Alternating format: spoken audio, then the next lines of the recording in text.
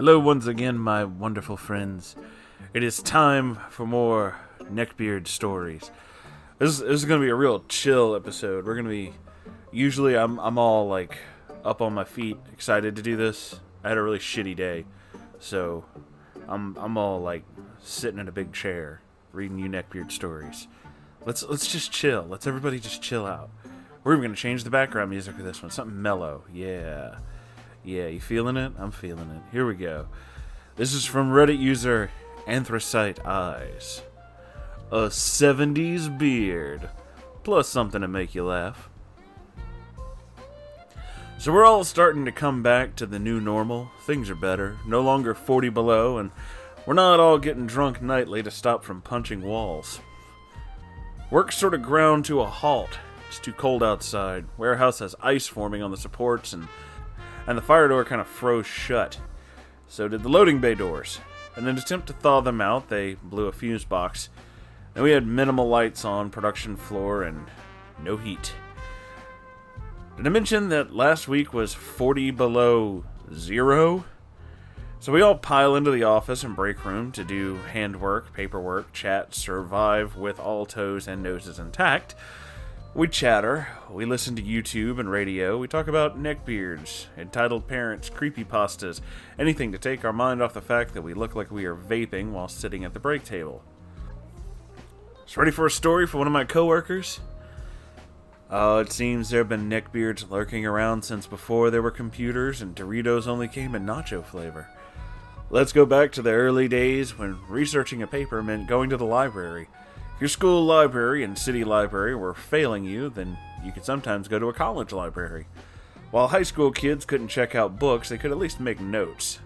So late April, early May would see a flood of high school juniors and seniors working on final papers. For the sake of simplicity, we'll start with Tom. Tom was an ROTC college junior getting by on a scholarship and some sort of military grant. Once he finished college, he belonged to Uncle Sam for at least 6 years. And while in college, he had to take ROTC and make good grades. Tom was oldest and only boy out of 6 kids. If he hadn't signed up for indentured servitude to the military, he wasn't ever going to have a shot at college. And this was barely past Vietnam time. Being military on campus was not exactly popular. Tom was having a hard time meeting girls, both being broke and belonging to Uncle Sam. Still, he wasn't giving up. There were many fish in the sea of college, and he just had to find his. And this blistering May afternoon, for the record, this was in Alabama. Oh, Alabama. Oh, so it's not just summer, it's summer. Oh, I know them well. Yes, I do. Summer starts there in March. Sometimes summer starts in fucking February. Air conditioning was still infrequent, but the new library had it, and it also had student workers, usually female. So convincing his unit to take a break from marching drills to cool off in the library was pretty easy. Chat up a girl or two, maybe convince one of them to go with him to the upcoming formal dance. He'd actually gotten a little blonde number to chat with him at the head of the stairs at the basement level. Down there was the lair of the nerds. They had a brand new diversion called Dungeons and Dragons. These precursors to neckbeards fiercely argued over dice rolls and rule books for hours each evening, normally chasing most people out of the level. But alas, this was also the only place one could find the microfilch readers. And some of the high school kids had to brave the true dungeon that level had become. Tom says that he saw these girls like a cute little pack of kittens, and that was his only thought. They were, at a glance, too young for anything besides the, aren't they adorable? Yeah, y'all call home. Sis is having a birthday party next week. They giggled and tittered and raced past him and the blonde and vanished down the stairs. He struck out with the blonde and was trying for another girl with freckles.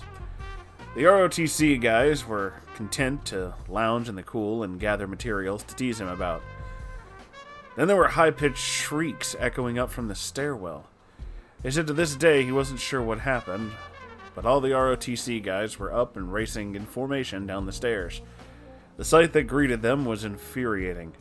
One of the nerds had a pair of scissors in one hand and was holding one of the girls by the arm. The other two girls were clinging to her other arm, trying to pull her to safety. This, he said, would today qualify as a full-on neckbeard. Easily 300 pounds, greasy-looking, unshaven. He wasn't convinced this was even a college student at the time. He thought he was just some crazy vagrant that had somehow gotten into the basement. Except for the rest of the nerd squad calling the guy by name and telling him to let the girl go. No words were spoken. No plan was made. The biggest guy amongst them lowered into quarterback stance and charged full-on tackle. He and two others dove for these girls, grabbing them and pulling them up the stairs to safety. He was between the now enraged Proto-Beard and his would-be target. The second his grip lessened, he grabbed the terrified girl and full-on sprinted back up the stairs, where he was ushered to a back library office. The other girls and the female staff huddled inside a locked room. He was allowed in and would have left the girl and returned to combat the Proto-Beard, but she now had a death grip on him and was making really scary sounds. He told them relock the door, and he sat down on the floor, looking for blood or anything to account for the heaving gasps this girl was making. Nothing.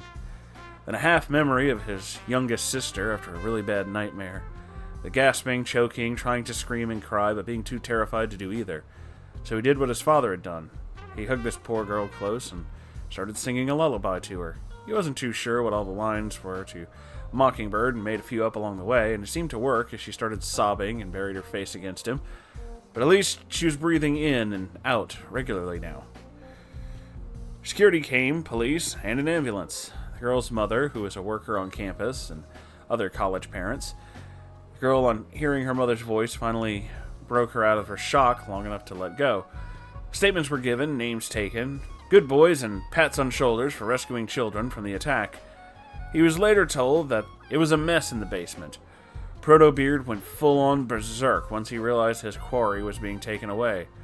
A few busted lips and noses, a couple of black eyes, but the ROTC unit came out as heroes. Proto-Beard was charged with assault, as well as several other things. A deal was made quietly, as not to harm the reputation of the college, as well as not to traumatize its victim any further. He had to leave college, return to his home state, probation, and counseling. His excuse was that he wasn't trying to harm her, he only wanted to get a lock of her hair. Ugh. Seems he had seen her coming and going all week, and just knew that if he made a ring of her hair that she would absolutely fall in love with him. Okay. Tom even got the blonde's number, but more than that, a certain little dark-haired young lady that had been locked in the office while he sang a lullaby and offered him coffee. He took her up on that. They took her to the dance. They dated through his senior year. He went to the army. 6 long years of letters and phone calls while he was in Germany. She said yes the day he came home. He didn't let her change her mind, and they were married next weekend to the surprise of no one in either family. 38 years, 4 kids, 2 grandkids later. He's happy. She picked him because when a choice to attack or defend was given, he protected. Any man that would sing a lullaby in a room filled with strange women had a heart worth taking a better look at. The girl wrote to Tom all the time. He was in Germany, and she ended up going to the college as a part of the deal that they had made. Lost track of her after they moved north. Last he heard, she was a teacher married with a kid of her own. Now for part 2 of these fun times. Irish has no clue about sports. This came up as a part of the talks about the Super Bowl. She didn't know who the teams were and asked Lucky what team it was that he wanted. The, quote, baby horses? Lucky sighed and said, Colts. Lucky says, how can she be this bad when 2 of her brothers played soccer in high school/college? All they did was kick a dotted ball over one another. A few moments of silence. Okay, I've met them. I believe that. Then someone got the bright idea to pull up an online quiz. Think whatever you want. I was thinking clearly enough to record this. PGA. Irish. Player Guild Alliance? Lucky. Sports, not games. Irish. Purple, gold. Next. MLB. multiple little balls. I like that. NBA, no balls allowed, or maybe no boys allowed on women's dressing rooms. NHL, normal hall length. In FL, didn't we just do that one? TKO, total kills overall. Lucky almost chokes on his drink. PPG, personal protective gear. Several of us. Well, she's sort of right. IOC, really blank look and then shaking head. She's not the only one clueless about it. International Olympic Committee. See, I honestly didn't know that until you said that. RBI, I think you misspelled rib. UFC, United Federation. Wait, what was one of the space shows? Underfoot Cats. Underfoot Cats. I would love it if the UFC was just a bunch of, like, just the same UFC fighters, except they're all trying to walk through a room with, like, a whole bunch of cats and not step on them. So it's all just like, oh, shit, oh, okay, no, fuck, okay. Half the room now trying not to laugh loud and distract her. HBP. Are you just making these up? Hit by pitch. QB. Irish frowns. Lucky says she's heard it last time she watched the game. Oh, the QB fondled the ball and made them upset. Quick boy. He had to be pretty fast if he was able to catch the other players. The quick boy. He's my favorite hero. My favorite Marvel superhero. Quick boy. He moved very fast. Holy shit. Oh my god. And with that, the room started laughing till we couldn't breathe. Lucky is now explaining about fumbles. Me, I think her idea would make football a whole new sport. Certainly give new meaning to touch football. And last, a little chuckle to leave you with. Oh. See, I'm seeing this image now. Look at that. Isn't that just... That is... Wow. This computer. So before I start talking computers, first let me start with classic neckbeardery. Oh, there has always been neckbeardery. It's just now we have a name. See, as I've said in many of my stories about the neckbeards that I knew when I was in high school, a lot of you guys have asked, well, did you have neckbeard traits? Were you kind of a neckbeard too? And if you weren't, how did you hang out with these people? See, my dear friend, when I say neckbeard traits now, and you see someone like that, your immediate thought is, oh, I shouldn't hang out with them. Even if you are into what can be described as more nerdy or geeky activities. But in my day, back in my day, there wasn't no distinguishing. The only way you knew about a neckbeard is when they started talking. That was long before the fingerless gloves, the trench coats, and the fedoras. Ah, yes. The years where you didn't know someone was a total fucking nut bar until they opened their mouth. Proto-internet was a very strange time. It was long before YouTube. Back when AOL Instant Messenger still roamed the land. But I digress. So yes, pro neckbeards are absolutely a thing, and they're not surprising. That is absolutely kind of a thing. So it happens. As for sports, and I'm sure at least one or two of you will give me shit over this because I've seen your comments. I don't care. Saints are still the best team. Don't give a shit. Who dat nation? That's all there is to it. I don't fucking care. Who dat bitch? Bottom line. Also, let's talk about this computer. Let's go right back to the giant, weirdly sexual elephant in the room. I want to first off, I remember my first thought when I flipped through this. I just kind of wanted to look at this story. I didn't read it. I scrolled down to see how long it was before I, read it. And then I saw this image at the bottom. And I swear to God, my first thought was, well, at least you have a reason for a clear case now.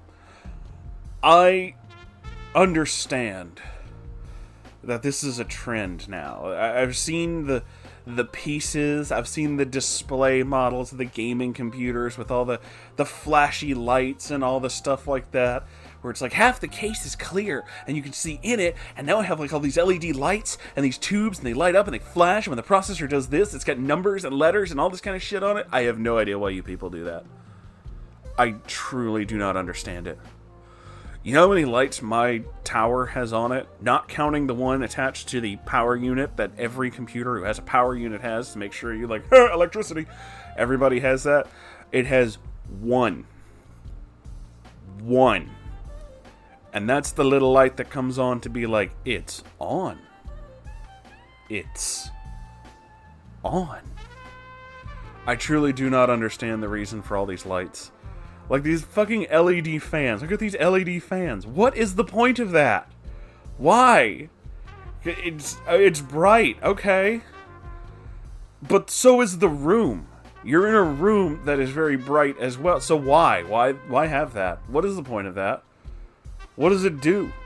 Does it make your gaming better? I do not understand. Look, I don't understand modern video games, so I'm not going to understand modern gamers. I don't understand gamers, guys. Oh my god.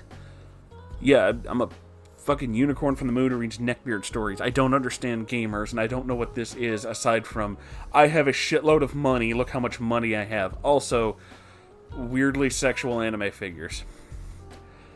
Aren't those really expensive, too?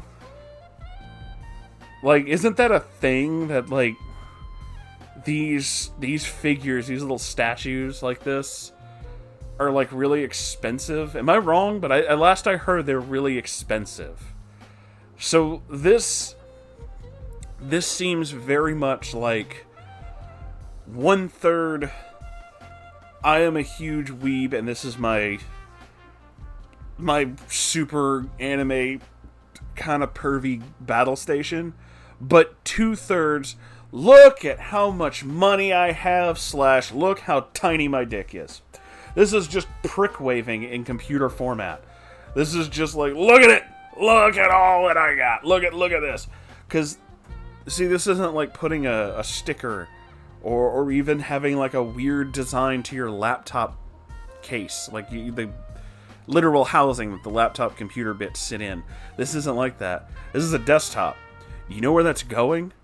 Nowhere. It's a fucking desktop. It's not going to leave the room. So what is the point of all this? Prick waving. Prick waving. That's exactly what the point of this is. Also, to be honest, Irish, I like your definitions of sports terms, but there's another thing you must remember, dear. Baby horses, that's my people. That's my fan people, okay? Not the Colts is a football team. We're the little horses, and we're fucking fabulous. That's a thing to remember. Be fabulous, children. I love you all. And we're going to end this episode here. I will see you all in the next episode. I love you all. I forgot to do the outro. If you have any stories that you'd like to send me, you can send them to my subreddit at r/Moonhorse Stories, and I will check it. I see them every day, so, you know, I'll check it. And if you'd like to contribute to keep the lights on in this crazy joint, to keep whatever I'm doing going, you can do so by donating to my Patreon, or you can buy t-shirts and stuff. I have new designs now. A new one just came out, so check all that shit out and enjoy it. But I love you all, and I will see you in the next episode. Goodbye!